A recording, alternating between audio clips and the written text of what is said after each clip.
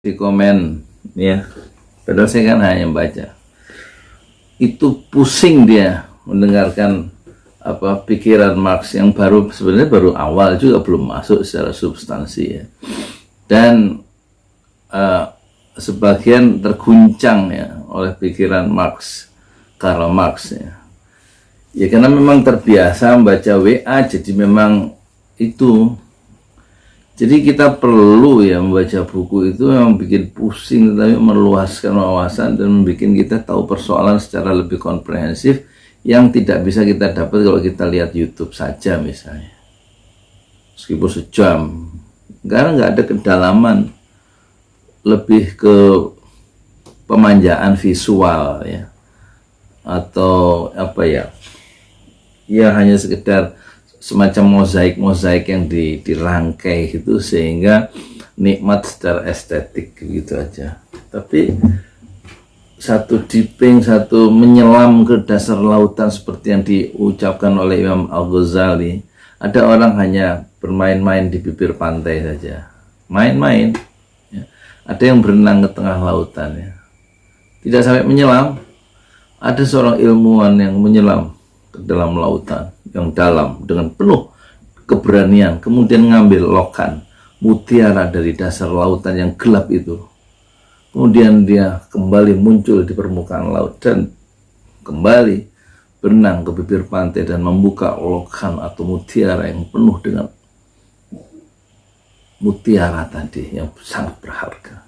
Gak semua orang punya kemampuan menyelam dalam gelombang lautan dan di dalam kedalaman samudera yang gelap. Nah, ini bertingkat-tingkat memang, tapi poinnya adalah bagaimana membaca buku itu sangat diperlukan. Nanti abis ini saya baca buku tentang Pinocchio. Ada ini. Jadi buku yang penting itu buku, bukan WA, bukan YouTube atau video. Sekarang gini, ini karya, padahal kita belum kenal siapa sebenarnya Habibie ini. Baru kenal kalau lihat tulisan-tulisannya. Ilmu pengetahuan, teknologi dan pembangunan bangsa menuju dimensi baru pembangunan Indonesia. Karya B.J. Habibie, betul tebalnya 616 halaman. 616 halaman, dan saya beli di Ciputat Senin 28 Februari 1996, waktu umur saya 35 tahun. Sekarang umur saya 59 tahun. Di sini buku ini saya mengenal proses added value, nilai tambah yang berkali-kali nilai tambah kita dengarkan tapi nggak ngerti artinya. Sama dengan ideologi khilafah, dia nggak ngerti bahwa ideologi khilafah itu bukan ideologi siapa namanya, si Sa'ad Muafi itu. Saya berkewajiban mengamankan Rembang dari ideologi khilafah. Orang yang baca buku kan ketawa ya. Dia nggak baca buku, baca WA saat itu loh maksudnya Pak Ibrahim. Bukan Marx-nya membaca bukunya ya, biasa aja. Proses pengembangan nilai tambah pribadi ya, atau gini deh yang gampang aja ya, pengelolaan sumber daya manusia harus didasarkan pada landasan pendidikan yang kuat ya. Ini saya nggak masuk proses nilai tambah ya, inti dari pikiran Habibie dalam kaitan pengembangan Indonesia ke depan melalui era industrialisasi, pendekatan high tech ya, bukan pertanian. Nah, nanti ada penjelasan itu. Pendidikan harus punya relevansi yang nyata dengan program-program yang dilakukan dalam laboratorium dan pusat penelitian, serta proses-proses nilai tambah yang berlangsung di pabrik-pabrik dan satuan-satuan usaha lainnya, baik di sektor industri, pertanian, maupun di sektor yang mengaitkan kedua sektor tersebut.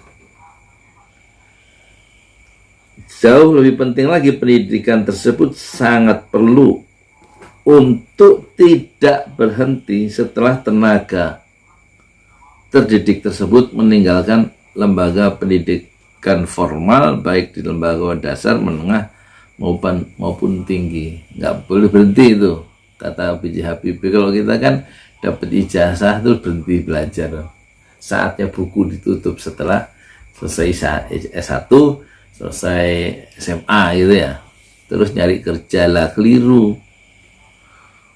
Apalagi sekarang ada konsep apa, upah minimum regional. Anak-anak muda sekarang tuh pikirannya terhenti pada UMR dan kerja di Indomaret, di Alfamart. Sayang loh, sebagai manusia, sebagai khalifah. Khalifah bukan khilafah.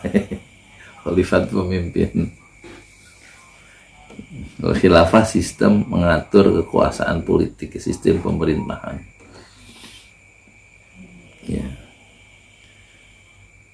Jadi harus diusahakan agar tenaga terdidik tetap mengikuti perkembangan ilmu dan teknologi di bidang spesialisasinya, sekalipun mereka telah keluar, kata Habibie, dari lingkungan lembaga pendidikan. Jadi terus harus mengembangkan dirinya ya sepanjang hayat. Ini dalam pikiran Habibie akan cocok dengan menuntut ilmu dari buayan sampai kaki kuburan, long life education. Oleh karena itu, proses pengembangan sumber daya manusia dalam kerangka peningkatan nilai tambah itu, ini belum saya sebutkan, kita belum masuk nilai tambah ya, belum saya jelaskan, belum dijelaskan oleh B.J. Habibie. Ada di sini proses nilai tambah ini. Buku ini nggak ada lagi itu kok, saya beli tahun 96 ya, waktu umur saya masih remaja. Jadi proses peningkatan nilai tambah atau added value itu terdiri ya dari dua tahap, yaitu proses persiapan dan proses penyempurnaan. Yang disebut proses persiapan yang lazimnya dikenal dengan proses pendidikan tuh, mulai dari sekolah dasar sampai pendidikan keahlian rendah, menengah, dan ke perguruan tinggi. Dan sedangkan proses penyempurnaan berlangsung semenjak dia bekerja, proses nilai tambah itu. Untuk tahap persiapan proses nilai tambah individual dibutuhkan satu sistem ya, pendidikan yang rasional dan efektif. Sedangkan untuk tahap penyempurnaan dibutuhkan apa yang disebut wahana-wahana transformasi teknologi dan industri. Makanya dia bikin pabrik pesawat untuk penyempurnaan proses nilai tambah yang sudah selesai tadi pada tahap individu menjadi S1, S2, S3. Tapi itu kalau nggak dikembangkan dalam sebuah wahana, istilahnya transformasi teknologi dan industri, maka manusia itu nggak produktif, karena belajar tentang dirgantara tapi pabriknya nggak ada, jadi nggak ada gunanya tuh. Seperti ada dulu profesor kita, Insinyur Baikuni, belajar tentang fisika nuklir, tapi kita nggak punya ininya, reaktor nuklirnya, ya nggak ada gunanya kan. Gitu. Jadi proses istilah wahana-wahana transformasi teknologi dan industri itu penting untuk meningkatkan penyempurnaan proses-proses nilai tambah. Sekarang Habibie mengajak, mari kita kupas setiap tahap proses nilai tambah individu manusia itu satu persatu. Ini di halaman 149. Saya loncat di halaman 147. Tukang donat baca buku judulnya. Ya, nanti akan saya membaca tentang Archimedes, tentang Heraklitos, tentang Farabi, tentang insya Allah tentang David Hume, tentang Berkeley ya. Ya nggak semua pikiran-pikiran itu cocok ya dengan Islam, kalau Islam selalu dilihat dari segi ideologi, tapi ini ternyata karya-karya manusia itu sangat beragam yang membentuk peradaban manusia modern sekarang. Itu pikiran dari berbangsa, dari manusia-manusia berbagai agama, berbagai bangsa, berbagai masa. Dan bacalah ya karya-karya puncak, pemikiran puncak manusia itu yang mempengaruhi, dan kita berada di dalamnya. Islam salah satu sumbangan yang tidak biasa dianggap remeh dalam membangun peradaban modern, tapi tidak satu-satunya gitu. Itu satu tawaran untuk dunia modern. Islam tidak satu-satunya yang membentuk peradaban modern. Salah satu yang penting, iya. Kan pernah memimpin negara 800 tahun Islam di Spanyol. Spanyol itu sekarang di Andalusia dulu namanya Andalusia, sekarang itu Spanyol dan Portugis. 800 tahun Islam di sana. 800 tahun Islam menguasai Eropa melalui kekhalifahan Turki Utsmaniyah. Jadi dia memberikan sumbangan yang penting dalam peradaban modern ya. Sejak abad 7 sampai abad sekarang.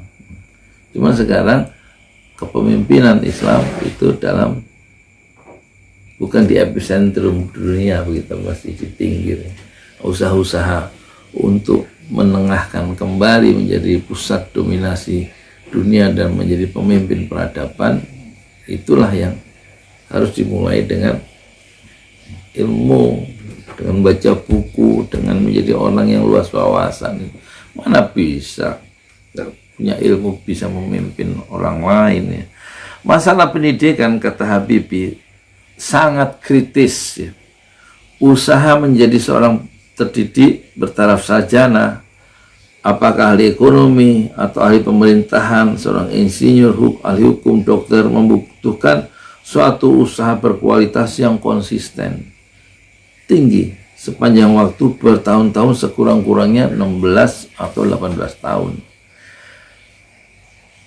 Ada kalanya terdapat anak-anak yang sangat pandai, kata Habibie ya, dan dapat menyelesaikan proses ini dalam waktu lebih singkat dari 18 atau dari 16. Namun umumnya proses ini tidak mungkin dipersingkat menjadi katakanlah 9 atau 10 tahun saja. Jadi untuk mengembangkan, untuk menjadi seorang ahli ya yang bertaraf sarjana itu perlu 18 tahun kan.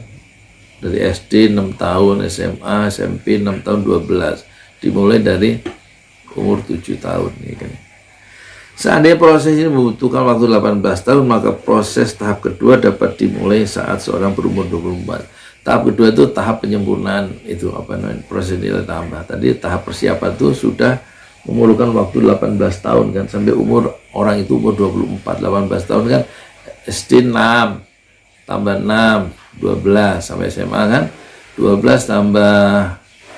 tambah mulai sekolah 7 jadi 19 tambah kuliah 5 tahun 24 usianya. Itu proses persiapan tuh, belum proses penyempurnaan. Nah kalau itu proses penyempurnaan nilai tambah memerlukan wahana wahana transformasi, merubah menjadi barang-barang produksi melalui proses nilai tambah tadi.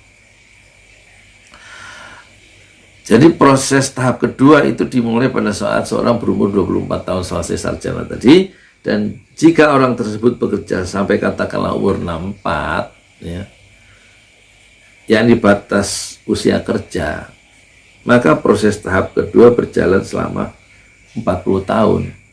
Proses penyempurnaan nilai tambah yang memerlukan wahana atau pabrik-pabrik atau wahana tersebut, pengembangan wahana penyempurnaan proses nilai tambah dalam diri manusia itu perlu proses kedua ini berjalan 40 tahun. Kalau batas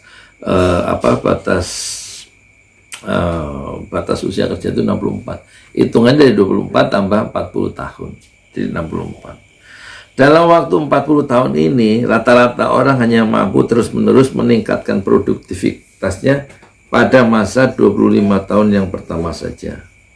Jadi 24 sampai 25 itu masa produktivitasnya. sampai umur 50.